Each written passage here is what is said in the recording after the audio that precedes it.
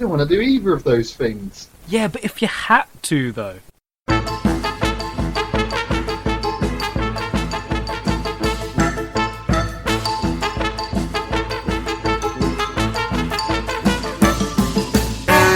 We set the scene, we have a choice. We must decide on the correct answer. I'm Kyle. And I am Nathan. And this is If You Had To, though. I just burped. I thought it was important that our listeners knew that. 5 seconds in, and you've already ruined the podcast. I mean, I also wet myself, but I did. That is, the listeners don't need to know that. That could be one of the behind-the-scenes featurettes we put on the Patreon, Kyle. We'll record your webcam and just show you in the state that you're in at the moment, belching and pissing yourself and shitting your pants. I'm currently eating chips out of my belly button. That's how fat I am. There's enough space in my belly button to put a whole bowl load of food. Oh, I thought you had just poured the gravy into your belly button and you were dipping the chips into it. Ooh, now that's a good idea. I mean, I was actually thinking of like Dolmio dip. Dolmio dip, yeah, or sour cream. I mean, that was the Dolmio dip I was thinking of, was sour cream. Ah, not a bit of guacamole? Although that's quite lumpy, isn't it? I'm not a big fan of guacamole, no. It's not, it doesn't go too well with my belly hair, I found. Yeah, it gets tangled up. Exactly. And there's a tangy taste that is hard to describe. You're not quite sure whether it's the lime juice they've put in the guacamole or something that you... Or my natural oils. Your natural juices that you excrete from your belly button. Now that we've turned everyone on at home, let's continue with the show. Yeah. So the premise of this show is that we create scenarios for each other, resulting in 2 possible outcomes. We'll discuss each outcome's pros and cons and decide definitively on the correct answer. Exactly. Definitive, exact truth. No doubts, no fear. No worry, no pain. Exactly. So many things in life are uncertain, but not us. We are certain about every single thing we say. That's why people tune in week after week, because they know they're guaranteed to get correctness, rightness, and just all round a good time and good experience from us. Exactly. Correctness and rightness and smartitude. All right here. Righteous rightness. Righteous rightness. Exactly. Righteous rightness from 2 righteous right dudes. Oh, man. That should be the tagline for our podcast. No, that should be our merch. The T-shirt with the 2 of us standing side by side. 2 righteous right dudes. In our lab coats. My lab coat, your stethoscope. My stethoscope, duck mask. Your duck mask. Oh, you mean like those big long-nosed masks that they used to have back in the olden days? Back in the olden days? Oh, I know what you're talking about. Yes, I know. I was literally just thinking of a mask, of a duck mask. Oh, right, okay. Not one of those weird... Plague Doctor masks. Oh, yeah, of course, like Plague Doctor mask.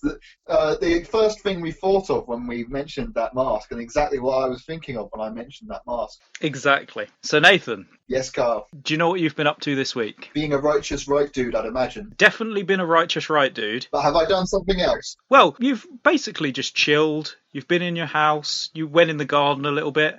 And one afternoon, you were playing out in your sandbox in the back garden, building little sand sculptures and... digging a little tunnel. Digging a little tunnel, yeah. Did I build myself a fort? You don't really have enough sand in your sandbox to make a fort. I mean, you sort of do that thing where you try and bury yourself in the sand, but it's not deep enough. Yeah. But you do give yourself a pair of sand breasts. You know, like when you do like a... The sexiest kind of breasts, I've always said so. Every time a woman's shown me her breasts, I've always been very disappointed that they weren't made of sand. It's why all my relationships have failed. Nothing to do with my personality. It's got to do with their lack of sandy breasts. That's what I tell myself every night when I go to sleep, lying in my tears. So yeah, you're digging around in your sandbox, and you start digging your hole. You think maybe if I dig enough, I'll dig through to the other world. Ooh, the other world. You know, you're having fun with it. You're playing make believe, but suddenly you uncover a teapot. It's a nice white and red spotted teapot, and it's a bit dirty. So you give it a rub, and suddenly a genie appears. What are the chances? What are the chances? I mean, I go around rubbing everything, and no magical creatures ever come out. in these PC times, you're not meant to go around touching everything, licking everything you see. It's political correctness gone mad. But luckily you did rub this teapot, and a genie has appeared. Is he blue? Yeah, he can be blue. I mean, you tell me. I mean, it happened to you. Was this genie blue, green, red, gold? Oh, gold! Now that's a cool colour. A gold genie. Gold genie. A gleaming golden genie. And he appears before you and he says, "Aha! After 1,000 years, you have woken me from my slumber." Lazy bastard. First thing I said to this magical, omnipotent, powerful being that appeared out of a teapot, I called him a lazy bastard. Yeah, so you've started off on a really bad foot. He said, "Okay, And your toga looks stupid. oh, right. That's how I introduce myself to everyone, Carl. Yeah, but he's an all-powerful genie." Yes. So after I made the genie cry, after that, what happened? Well, he's obviously going to curse you. You've upset him. What? Why am I being cursed by a genie? That's the opposite. Exact opposite of what you want to happen when a genie comes out of a teapot. Exactly. Literally, the would you rather was going to be you get 3 wishes. Have at it. Have whatever you want. But because you've upset this genie, he's going to curse you. Damn my luck. Damn it to hell. Not really your luck, more your attitude, Nathan. No, completely down to luck. There was nothing I could have done to change this outcome. It was the fate of the universe. The fate of Zeus himself. I meant to say will of the universe. Fate of the universe. Didn't really mean much sense there. Oh, we need to give this genie a name. Balthazar. Balthazar? That's quite grand. Oh, I'm sorry. This magical genie that came out of a teapot. He's more down to earth than that, is he? Yeah, he's just like Jerry or something. Jerry the genie. I was trying to think of a better name than Jerry the genie. But I've now can't think of a single name. I mean, I was trying to go for like the j sound, like because he's a genie. The judge. Yeah.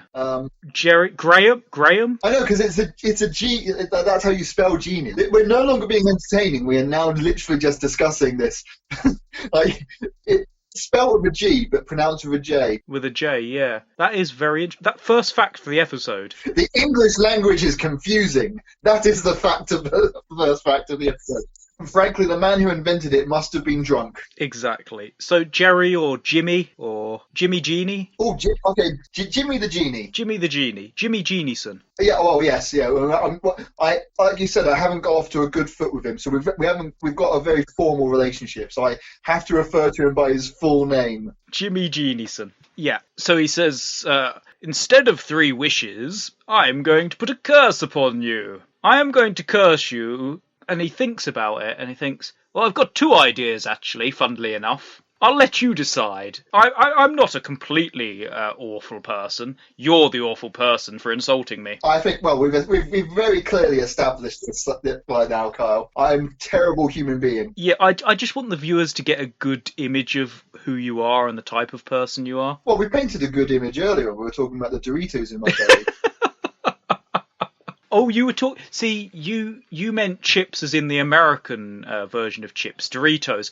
I was thinking of you actually dunking, fish and chip shop chips into your belly button. Either way is brilliant. A bit of gravy in there and some chips. Yeah, that sounds brilliant. Yeah, I mean, who needs to eat for the rest of the day after you've had that slap-up meal? So he says, I'm going to put a curse upon you, and I will let you choose which punishment you take. I will either make it so that you are tired forever for the rest of your life. You will be constantly tired and sleepy and tired. My eyes literally feel heavier just from hearing you say that. Yeah, he's got sort of a hypnotic voice. Or you will be thirsty for the rest of your life. Constantly thirsty. Constantly wanting a drink. And those are your 2 choices, Nathan. The genie has given you your 2 choices. I mean, wow, I can't imagine always being tired or always wanting a drink. These are completely unrelatable experiences. Yeah, you've got to open your mind and try and think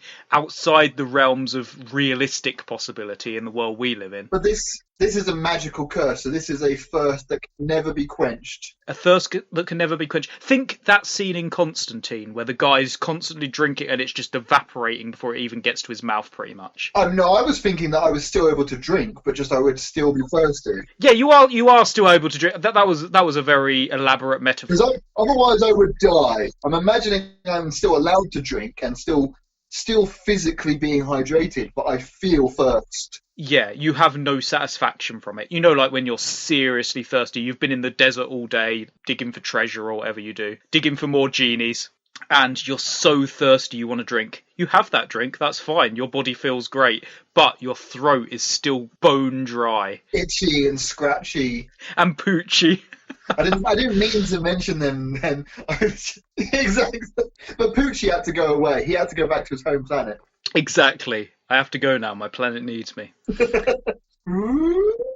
But yes, I know a thirst that can never be quenched. And what's the equivalent of that phrase for tiredness? A tiredness that can never be untired. A tiredness that can never be slept upon. Yeah, that is an interesting one. A tiredness that can never be... Like, there's a phrase for, like, always feeling thirsty. As far as I'm aware, there's no phrase for always feeling tired, other than the phrase always feeling tired, which actually does paint the image of always being tired quite well. I don't like it. I think we need to come up with our own unique phrasing. Okay. A sleep that can never be satisfied. That's like having a bad night's sleep. It's like you're still awake during all this tiredness. You're just having to traverse your normal life with bags under your eyes, with like a heavy head, with like being blurry-eyed and not really knowing what's going on in the world. Yawning constantly. A tiredness that can never be untired? That was literally what I said 5 minutes ago. A tiredness that can never be. Oh man, this is gonna be the next hour of our lives, Kyle. A tiredness that can never be woken? No, because I'm awake. Yeah, that's terrible. I'm still awake. It's like the whole being thirsty, where even though I have physically drunk, I've physically had the effects of sleep. I'm able to stay awake. I'm able to go to work and leave the house whenever you're allowed to. But I feel tired. So a tiredness that can never be finished. I think, yeah, we'll come back to it if we remember at the end. So anyway, back to the scenario. Which one of these two do you think, like, living your day-to-day life, how are these going to affect you? I mean, initially, the thought of always being tired, never feeling awake, does sound exhausting, funnily enough. An exhaust that can never be exhausted. There you go, an exhaust that can never be exhausted. Perfect. Makes perfect sense. 100% accurate, no one can disagree with it. Anyone that does, I'll punch him in the face. Bit harsh, but I appreciate your moxie. Who says moxie? I say moxie. Yes, you do. So yeah, even doing the smallest of tasks is going to be a chore for you now, because you're constantly exhausted. It would be difficult for me to do this podcast with you because I'd be constantly yawning. I'm bored of your company. Like, I can't be bothered to talk to you. Like, being around you is exhausting and boring and painful and, oh, God, that's inconceivable to imagine. Think about that with someone you actually like. Think about yeah, exactly. It's your birthday. Your best friend has turned up. They've given you a great present, an amazingly funny card. You read it, and you look up at them, thanks, with your bleary eyes, your non-committal smile. You know, you look like you don't give a shit of all the effort they've put into this birthday present. That does sound very harsh. I mean, it sounds exactly like you in the everyday world, but imagine that times 10. Now I'm showing no interest and complete lack of consideration because I'm tired, not because I have no soul. Yeah, not because you're a massive arsehole. See, there's a difference. I'm acting the exact same way I would normally, but I'm not committing to it as I normally would. I would put energy into not giving a shit.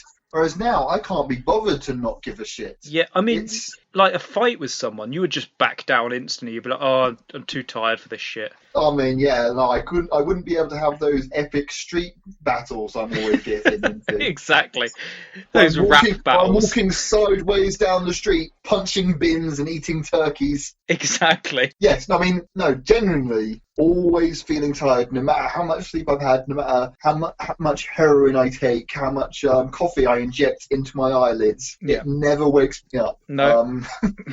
How many hot cups of coffee I throw into my face. I never feel like I've woken up. No, you will constantly be sleepy. That does sound like a very difficult life, because it would be very difficult to focus. You wouldn't be able to really have a conversation with people. I wouldn't really be able to do my job very well. No. I wouldn't be able to seduce all the ladies like I do every single day. No, you're on a date and you're just yawning away, looking at your watch, thinking, "Oh, when's bedtime?" I can't even give her a sexy wink because my eyes are already closed. Yeah, they're already half-lidded. Half-lidded?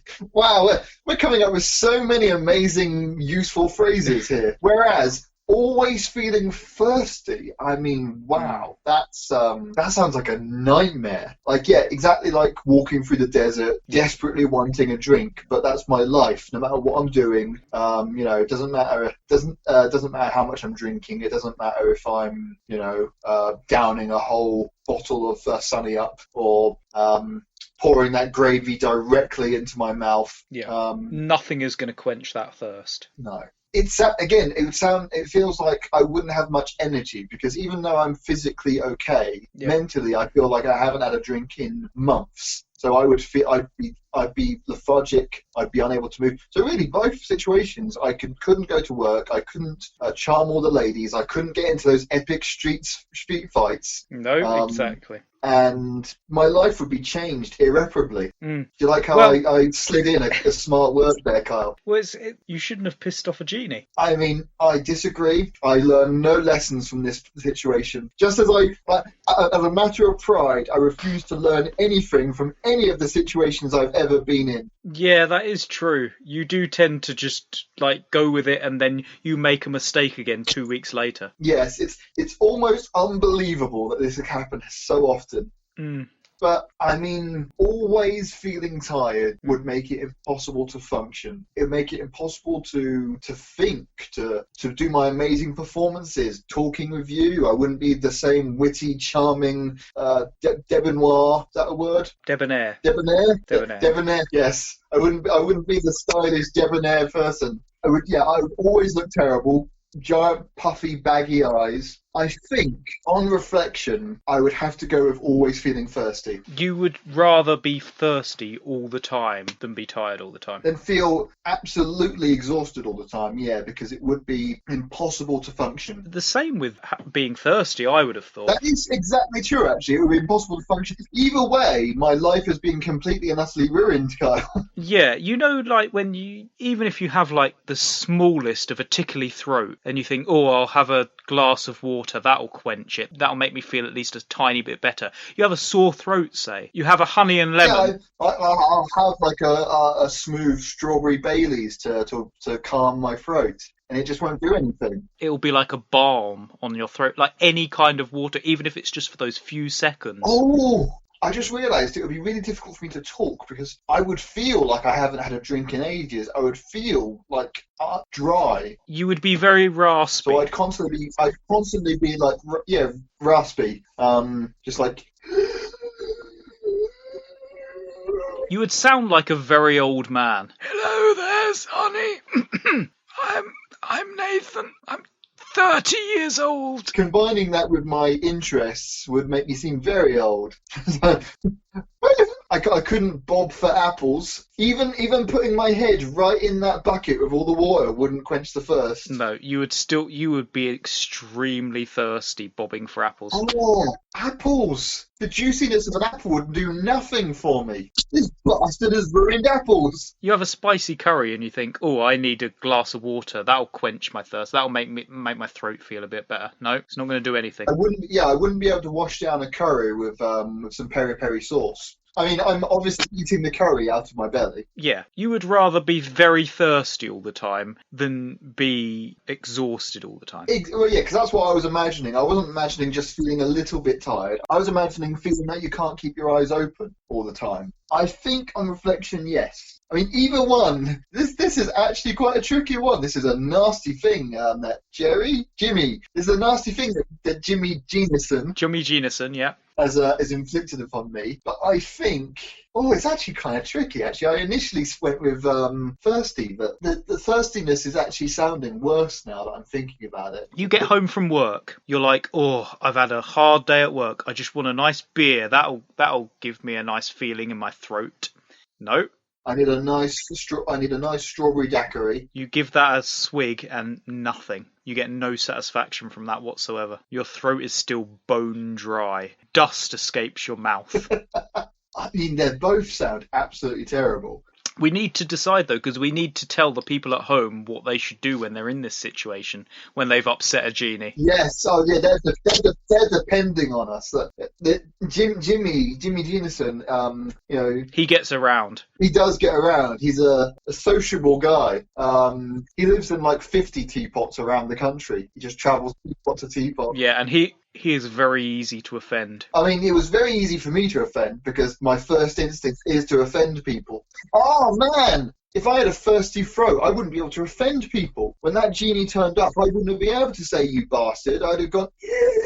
You would probably stop talking just because it would be hard to speak with a dry throat. Oh, okay, now, whereas if I was really tired all the time, I could still talk. It would just take me forever to say anything. I'd be like an ent. You know, like when you're tired, you're sort of like you are when you're drunk, because you sort of go into that stage where you're sort of a bit loopy, you're not quite with it. I think on reflection, based entirely on the fact that I wouldn't be able to talk anymore, I'm going to go with feeling tired all the time. So I have changed your mind. You have changed my mind because I wouldn't be able to do this podcast, Carl. I wouldn't be able to go around. I wouldn't be able to live my normal life going around town singing operas to people, howling at the moon, screeching along with the foxes at night. I wouldn't be able to do any of it, and the world needs to hear my voice. I mean, God knows what kind of world we'd live in if they did not hear my voice. You wouldn't be able to stand there hunched doubled yelling at children in the playground. Exactly. Who's going to tell that child that he's ugly? Yeah. If you don't do it, no one will. Exactly. Who's going to destroy that 4-year-old's life if I'm not there? Exactly. So I think you were right. Being sleepy all the time, people will refer to you as Mr. Sleep. Because then, also, I've got an excuse to be grumpy all the time. Yeah. So I just cannot get rid of this tiredness. I'm constantly tired. No, what wasn't it? I cannot exhaust this exhaustedness. I cannot exhaust this exhaustion. That's the one. Yeah, and you've got the phrase to go with it already, so... Exhaustedness. I mean, God, this tiredosity is terrible. Tiredosity? I mean, yeah, you would have to come up with new phrases for being tired, or just your state. But yeah, you would be in sort of like a drunken slumberland for the rest of your life, because you're sort of just stumbling about, half-lidded, just gazing around at all these people, like bleary-eyed. You're not really there. Yeah, it actually sounds quite nice. It sounds quite dreamy. I was going to say, I mean, now you're twisting me the other way, Carl. When you said I would live the rest of my life in a drunken slumberland, yeah, that is the dream, Carl. Was that the phrase that got you? That's the dream. The drunken slumberland. That is like the adults version of Disneyland. Yes. Oh wow, drunken slumberland. It's a magic place. That's the Toys R Us theme. I know, but it's is there a Disneyland theme other than Disney music? There's not like a Disney song for Disneyland. You would have thought there was. I mean, I've never been to Disneyland, so I don't know. I've been to one in France. Yeah. Well. Good reaction there, Kyle. I was all my anecdotes to go down. But yeah, living in a state of constant living in a drunken slumberland for the rest of your life. But it wouldn't be it wouldn't be like being drunk. It would be having the headache and the blurriness of being drunk without the added confidence. Yes, but no, I think drunken slumberland is going to take over Disneyland instantly. I want to open an adult theme park that's Yes. just water slides filled with vodka. Oh, yeah. It's like Duffland. Not to do another Simpsons reference in one episode, but it is like Duffland. Drunken Slumberland. It's just everyone there is pissed out of their heads, just stumbling around this theme park. It's enough not like Duffland that we can't be sued. Exactly, yeah. Yeah, we're not gonna... No, we don't have Duffman, we have Drunk Dude. Yeah, like, even though we've come up with this theme park, you're extremely tired for a lot of it, so you've just been writing down all these ideas. You're like, yeah, we should just have this guy called Drunk Dude. My writing is illegible. You can't make out what I'm saying at all. It's like, right, so I think we've got this guy who's just going to stumble around the park called Drunk Dude. He's just going to hit on all the women and just make a scene. But he's our mascot. I've written the perfect role for myself. Yeah. Oh, you're going to play Drunk Man. It seems like the role I was born for. Yeah, I mean, it's the only job you can get now with your sleep-deprived brain that the genie's given you. So yeah, you're Drunk Man. You're going to work at Drunken Slumberland, and that's what you're going to have to do for the rest of your life. Getting pissed will be the only way to live with this exhaustion. Yeah, it will just enhance your crazy sleepiness. But anyone out there that can't... Any insomniacs out there? Any insomniacs that have a real problem getting up in the morning, down a pint. That's what I say. That's my advice to all you kids out there. Any of you kids struggling to get up in the morning to do your GCSEs, just swig on a good old pint of Foster's. Not that we're endorsed by any beer brand. There are lots out there that you can choose. Exactly. So many options for alcohol that you can buy from a man off the that you can wander around to shops and ask someone to buy for you. Exactly. But yes, I have decided I will be tired for the rest of my life rather than feeling thirsty, because at least then I can still talk. It would be a mumbled, garbled nonsense, but it would still be the words of wisdom, still be the guiding voice that this country, nay, this world needs. The genie gives you your punishment. You become Drunk Man, and he vanishes, never to be seen again. The teapot breaks, so you can't even summon him back. Oh, man! I can't even make myself a cup of tea. I mean, that's the worst thing to happen to me all day. Yeah, no, you're just going to be hitting the liquor now. Now you're Drunk Man. That is true. Now I can't, but now I can't drink alcohol out of a teapot to make myself look sophisticated. Whenever I have a dinner party over, I have the wife and the in-laws over. So, Dave, how is the football? As you're slurping from a teapot that you filled with vodka before everyone got there, and you think that makes you look sophisticated. I'm missing my mouth. It's gone the side of my face. Yeah, you're getting like half a mouthful. And I forget it's fake tea. Actually, no, they asked me for some tea, so I pour some tea into Dorothy's cup. And it is just straight vodka. She thinks you've poisoned her or something. Yeah, so I mean, it sounds like a brilliant dinner party. Yeah. I'll let you know how it goes. Yeah. But you, Kyle, need to deal with your own situations. You have things in your life that have been going on for quite a while now. So you were at your weekly therapy session, Kyle, with your reliable, intelligent therapist, Dr. Green. What? Dr. Green. Dr. Green? Yeah, my therapist, Dr. Green. No. It's not Dr. Green. That's not a therapist name. No. That was the first therapist you went to, but then you rejected Dr. Green because the name wasn't good enough. No. It's Dr. Deborah Horshitis. Right.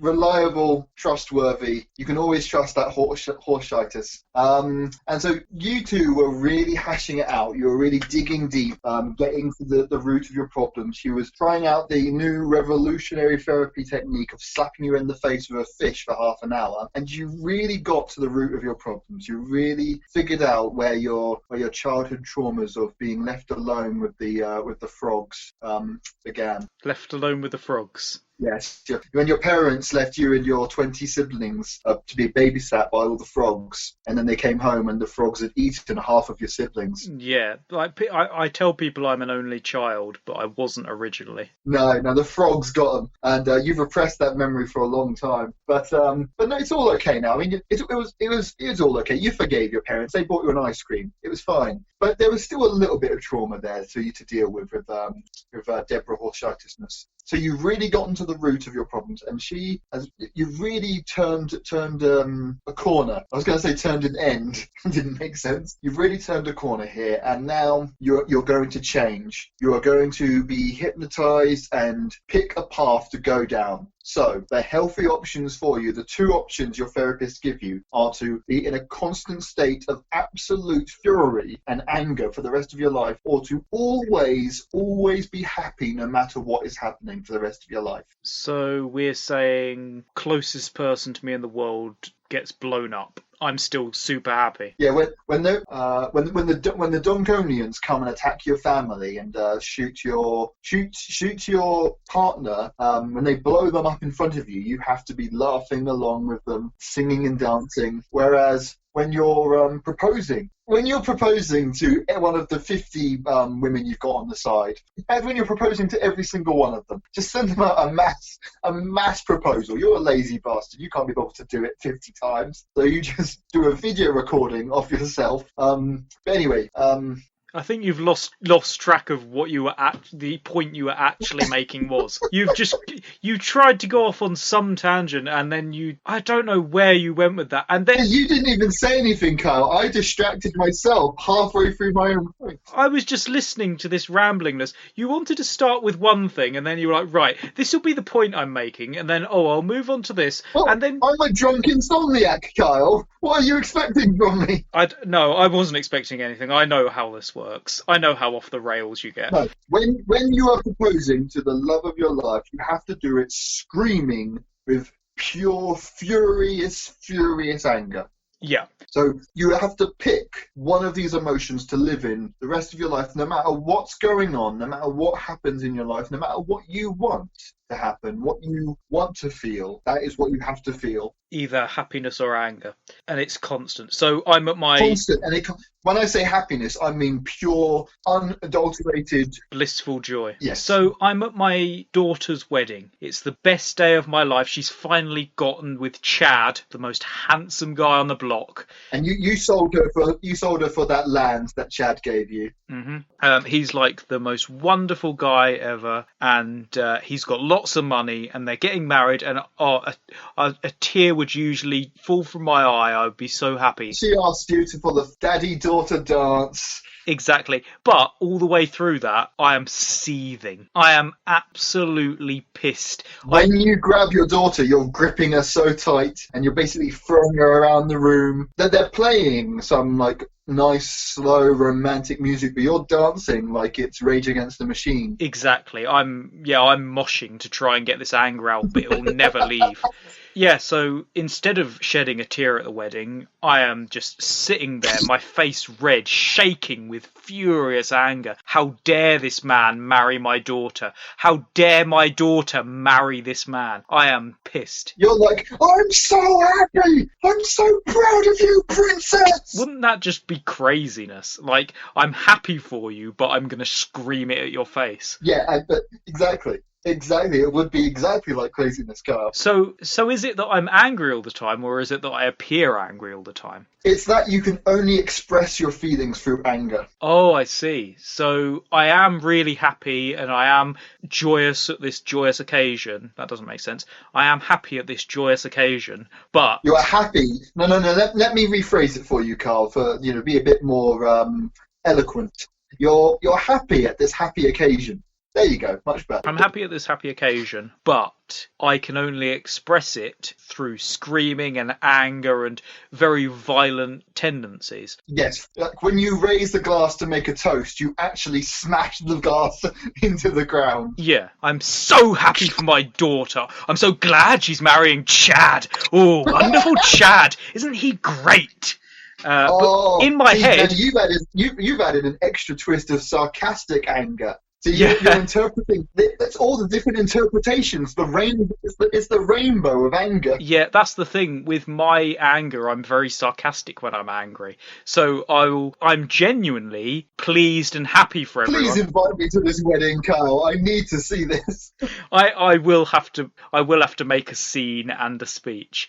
Do I realise I'm doing this? Would I be able to suppress it because I'm like, oh, I know that I appear angry. You cannot suppress it. This is I am acting as if I would usually act. You've been hypnotized by Yeah. the rhythm of the slapping fish. Yeah. You are now completely committed to this lifestyle. So I think in my head that I'm giving this beautiful, heart-wrenching speech to my daughter and her partner, but really I am just screaming at them. I'm still saying how happy I am for them, but I am screaming at them. I throw a glass at the waiter's head. It's the end of the wedding night, and you're dancing with your wife, and you're screaming, "Hi, hi, the time of my life." Like getting someone to Just shaking her in front of you while you're doing it. This is my wife, you said. Oh, yeah, I assume to have a daughter, you've had a wife. Well, you've had 50, remember? Yeah, This is your 50th daughter's wedding this year. So I've managed to get a wife, even though I'm in this incredible... Like, what did they see in me in the first place? Or did we get married before I got this hypnotism? No, it's after. It was, it's your amazing, unavoidably irresistible good looks, Carl. Oh, well, that's a given. Okay, I can buy into this story now. So... When you go for a first date and you're smashing the plate in her face, and she finds it charming because of your attractiveness. Yeah, it's like going on a date with Gordon Ramsay or something. You call her a muppet, and you put her face between two pieces of bread. A side salad does not come with chips. Take your hands off of my plate, you silly bitch. Oh, it's the most romantic scene I can imagine. So it works. I'm angry, but I can get a partner. You're making it work, yes. I mean, you're British, Kyle, so you're used to living your life in a pure state of sarcastic anger. Yeah, it's not too different. You're able to fold it into your natural lifestyle pretty well, to be honest. Yeah. So the other scenario, they make me completely happy all the time. Completely joyous, ecstatic, basically ready to burst into song and dance at any scenario. Yeah, so I'm at a funeral, I'm singing and dancing, tap dancing away, having the time of my life. You're at a kitten's funeral. A kitten orphanage was crushed by a meteor, and you're just dancing on all their little kitten graves. Yeah, singing a song of joy. Isn't life wonderful? Isn't it great? Isn't life wonderful? No, but again, you think you're giving like this beautiful eulogy. So it's like, this is such a sad occasion. Yeah, in my head, I'm saying, and poor Mittens was taken sadly from us today, and I wipe a tear from my eye. My heart is breaking inside. So are the words I'm singing sad, but I'm still singing and dancing with a grin on my face. Exactly. Yeah. Like the anger, the words you're saying are the good words, but you're saying it in fury. Now you're saying the sad words, but with happiness. Basically, it's like your brain is broken, Carl, and you can't figure out how to express your emotions correctly. It's like if your parents played a terrible practical joke on you growing up and said every happy thing to you in an angry tone, and every angry tone to you in a happy tone. But with these, I am just constantly angry tone or constantly happy tone. Exactly. So you can still be genuinely angry, saying angry things in an angry tone, but you also have to say happy things in an angry tone. You have to say sexy things in an angry tone. So I've got a big grin on my face. I'm laughing away, dancing away, and saying, "I hate you so much. You were a bitch to me. Why did you do that horrible thing?" Yeah, exactly. When your divorce lawyer turns out to be sleeping with your wife, you're saying, "You bastard! You terrible, terrible bastard!" Just jazz handing in his face. You can't even punch him. No, I would hug him. I would think I was punching him, but I would be giving him an embrace, and this would be very confusing to him. You're giving him the most rigorous handshake in the history of the world. Yeah. Like, you know, the handshake where you're shaking their hand, you're also patting them on the back, you're also like giving them the thumbs up and a grin and a wink. How many hands do you have? You're patting him on the back with your toe while giving him a thumbs up. No, I pat him on the back, then give him a thumbs up. And you're definitely winking at them. You're definitely gleaming at. You're looking at them from the side, so you're winking at them from the side, a glint in your eyes. Yeah, every time I smile, there's like a ding from my teeth. Exactly, yes. That's how therapy works. Yeah, this therapist is amazing. Miracle worker. I'm going to look on the positive and go for be happy all the time, because I think although it would annoy a lot of people. I mean, again, remember we're in Britain, so imagine how much everyone will hate you because you're now happy about everything. The terrible weather. Yeah. Oh, someone will say, "Oh, it's raining today. It's bloody horrible." Yes, it is. It is terrible. All the motorways blocked up again. I don't know why becoming super happy has just turned me into a singer. I mean, yeah, it's the first thing is what I thought as well. Now, and because we're never wrong, Carl, this is absolutely what would happen. So, if you're happy, you will sing. Fact number 2 of the episode: if you're happy, you will sing. And you'll clap your hands. You'll clap your hands, do jazz hands, start tap dancing. You don't even know how to tap dance, and you get really frustrated about your lack of skill at tap dancing, but you keep on doing it. Damn, I hate this. Damn, it's crap. My life is awful. Why can't I be angry? I have no talent. Can I have a gun, please? I want to shoot myself. They found him hanging from the chandelier, a grin on his face. That sounds like the beginning of a murder mystery. Like the guy hung himself but had a big grin on his face. So yeah, I'm going to go for being happy all the time, just because I think being angry all the time will eventually make everyone leave me and everyone abandon me. But just because they can't put up with it. Yeah, that's true. Your amazing, incredibly, unbelievably good looks will only last you so long, Carl. Yeah, they will last me like the first few years of marriage, and then like all the anger and bitterness that is coming across, even though I'm giving them, loving comments, telling them how beautiful they are. I'm shouting it in their face. You're buying her jewellery, but you're breaking the jewellery apart in your hands as you throw it in her lap. Yeah, or I'm strangling her with the necklace I just bought her. I don't mean to do these things. I propose to her and break her finger whilst putting the ring on. Yeah, I just think eventually people are going to get tired of this. I mean, that's actually not, forget even your amazing good looks. It's probably just the pure terror of rejecting you is what made this one marry you. Oh my God! Imagine your wedding. Do you take this woman to be your life? I say, yeah, I do. Do you? And I raise a fist threateningly towards her. To the priest. The priest, yeah. Yeah, I do. What's it to you? Mind your own bloody business. And she bloody better too. You do, don't you? And then... Oh, just a beautiful scene, Carl. It brings tears to the eyes. So no, instead of becoming that horrible, horrible monster that we've invented, I'm going to become Mr. Happy and just be super happy no matter what the awful situation. Like the world's ending, everyone's dead, but I'm still singing and dancing. Yeah, imagine the worst scenario you can. Like there's a giant pandemic running around the world and everyone has to stay home for months and months on end. Exactly. You'd be dancing and singing all over the place and driving people crazy with your cheerfulness. Yeah, I would be posting YouTube videos of me just singing, dancing, saying how great the world is, and people would be so confused. And just just need to look across the rainbow and wait for that pot of gold. Exactly. So yeah, I'm going to be Mr. Happy. You're going to be Mr. Sleepy. We've both become Mr. Men. Mr. Sleepy, exactly. We've become Mr. Men.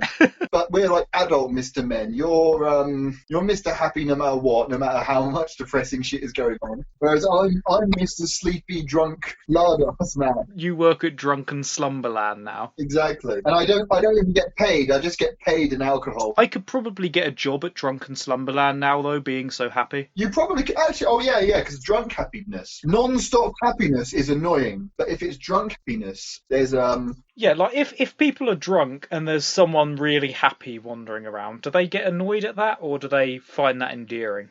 I would say endearing. Yeah, it enhances their drunkenness. Exactly. In normal life, in normal life in Britain, someone being constantly happy would be quite annoying. But in a drunk world, everyone quite enjoys it. So there you go. We have both become Mr. Men, and Nathan is now Nathan's now the owner of Drunken Slumberland, and I'm going to go work there as, I guess, an entertainer for the drunken people. And those are the correct answers for this episode. So if you disagree with anything we've said today, then let us know in the comments. And if you enjoyed this episode, then please follow and subscribe to the podcast on Patreon. And book an appointment with Carl's therapist, because you clearly need therapy. Exactly. You can find that on patreon.com/ifyouhadto, though, where you can find all the newest episodes with more being posted up all the time. And it will help us out a lot if you do. You can follow me on Twitter at Kyle M. Bennett. That's Kyle_M_Bennett with 2 N's and 2 T's. And you can follow me at N Wozniak Art, which is N for my name, which is Nathan, and WOZNIAK, and then art, which is the word art, which if you don't know how to spell that, I mean, just take a good look inside and figure it out. Or Google it. Or Google it. I mean, if you don't know how to spell it, you could do one of those Alexa things. Yes, exactly. Or other speaking robots do exist. Yeah. Alexa, how do you spell art? And then Alexa just insults you for the next half hour. So, yes, I think we have done a great service here, Carl. And we have both become Mr. Men. We have both become Mr. Men characters. I think we have done good work here. Nathan's now manager of Drunken Slumberland, and I am... CEO, thank you very much. Your CEO. Is that better than manager? I think so. I think it's better. I think it goes supervisor, manager, CEO, Grand Chancellor, big, important, smart, handsome dude, and Jeff. Jeff's above the president. Is he that super happy guy? I'm going to take over from Jeff. Oh, you can't put Jeff out of work. The thing is, he'll still be happy. He'll be like, my livelihood is gone. I can't feed my children. He went to the same therapist I did. Exactly. She's doing great work. She really is. Yeah. She is healing the world, one person at a time. Now you're no longer confused about your feelings, Kyle. You're now stuck in one feeling for the rest of your life. All I know is happiness. And all I know is tiredness. This has been If You Had To, though. I've been Kyle. I've been Nathan.